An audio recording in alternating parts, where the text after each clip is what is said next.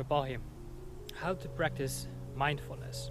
So in another video I spoke about what exactly is the difference between mindfulness and meditation. And mindfulness is actually the practice to get to a meditative state. Okay, so mindfulness has everything to do with becoming more aware of your thoughts and emotions. Now, why do you need to do that in order to get to a meditative state? Because we are human beings and not human doings.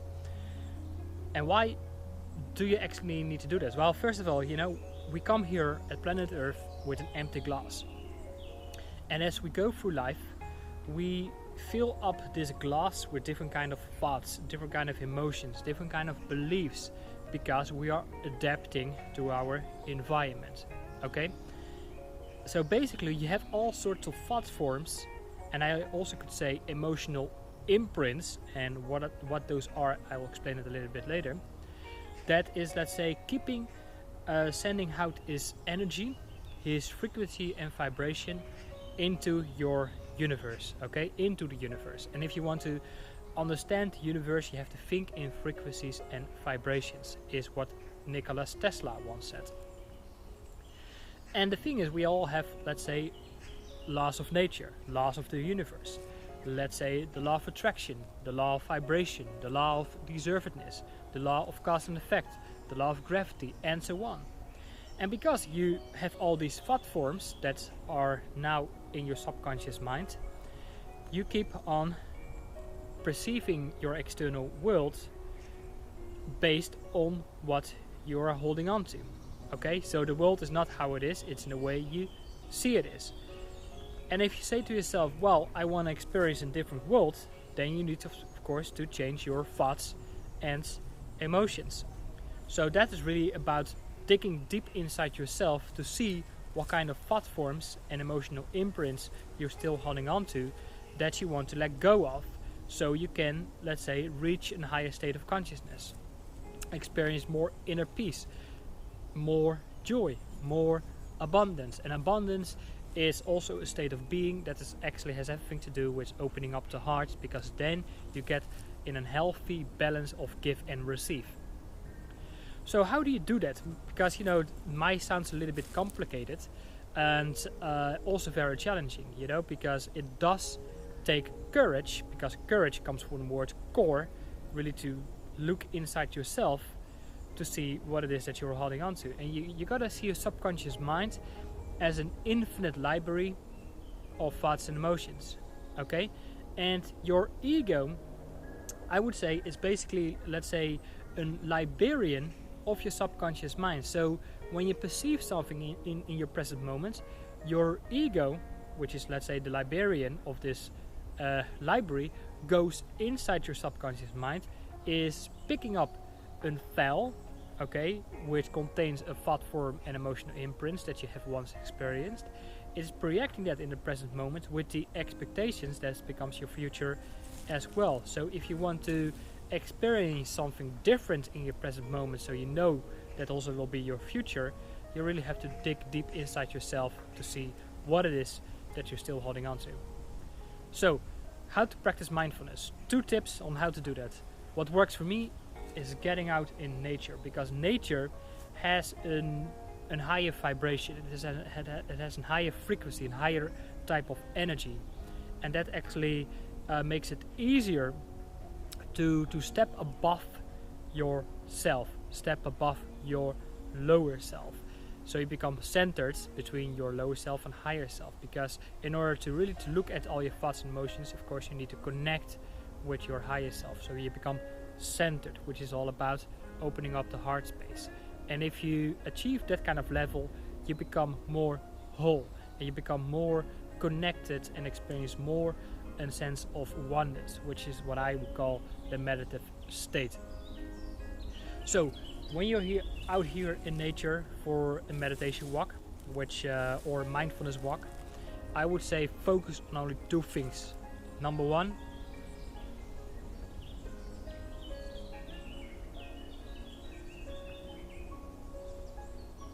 breathing. You gotta feel the air going in, and really it's touching your third eye, let it go all down and let it fill up your entire being, and feel that the air that you're breathing is also going to your feet, and let your feet connect to the earth, and let it connect to the center of the planet, and then it goes out, and when it goes out you feel really the connection more with your higher self, with the universe, with the cosmos. That's number one. Number two, you might say, well, how is it even possible to stop your thinking? And a way to do that, well, you're never really going to eliminate all your thinking, which is also not really the purpose of mindfulness. It's becoming more aware of them and take it less seriously, is to really to focus more on your environment. And that's why you need to get out in nature, because the environment in nature is very random. And random environments actually stimulate the right side of your brain. You know, the left side of your brain is all about logic and rationality and analytics, which is very structured. Okay, the right side of your brain is really connecting more with your emotions, and it's more about creativity. And a random environment actually will stimulate that, which will improve your emotional intelligence and will make you more aware of all the thoughts and emotions. Alright, so that is all about emotional intelligence. Also, a random environment will stimulate your intuition, and you need to develop your intuition to dive deep within. You need to learn to open up the third eye so you can develop this internal vision, which you need in order to look at all the thoughts and emotions that you are holding on to. Unfortunately, I am in a park. I'm in a beautiful park, but it's very close to London, so it can be still noisy with airplanes and so on. So really observing your environment, and I would say think as a photographer.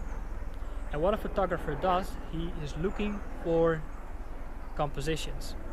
Let's say, you know, right there I see a couple of trees, and what I see is that light is coming in from the sun.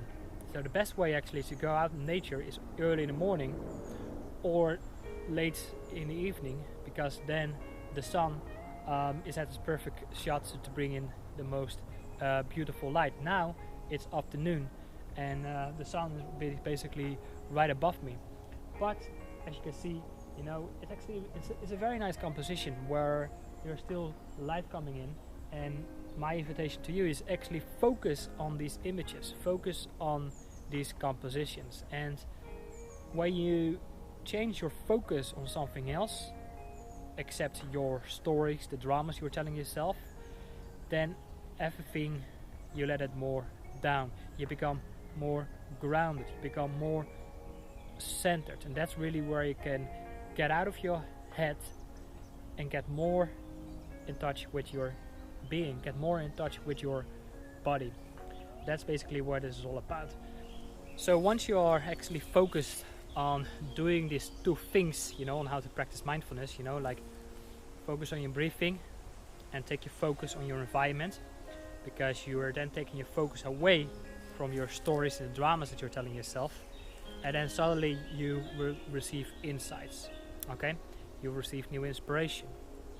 These insights might be of why you're actually struggling with certain type of things. So for example, like recently I made a video about, you know, I can experience joy by just being here, but I find it very difficult to express joy. Why?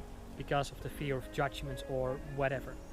Okay, or you know, there also might be another thing, you know, that you might be struggling with right now. You know, there are always things that need clearance and healing, and to bring more order in the chaos. All right, the chaos of your subconscious mind, the library. So once you have created this new awareness, then there are actually like three very simple steps that you can follow. I made a more advanced video about that on, you know, what do you do once you have this new awareness in order to let go of these certain type of thought forms and emotional imprints. And that video If you want to see that, I can send it to your email box. Just go to theunitymind.com and then just leave your details, and then you will receive that video in your mailbox. Also with some other practical spiritual toolkits that can help you to cutting cords with these thought forms and emotional imprints, alright, which is from another intuitive healer life coach. So I hope this was helpful. I hope it gave an answer on how to practice mindfulness. If you saw some value in this, then of course feel free to subscribe to my channel for more regular video updates like this as I go along on my own personal path as well. Shapal here. Take care for now. Bye bye.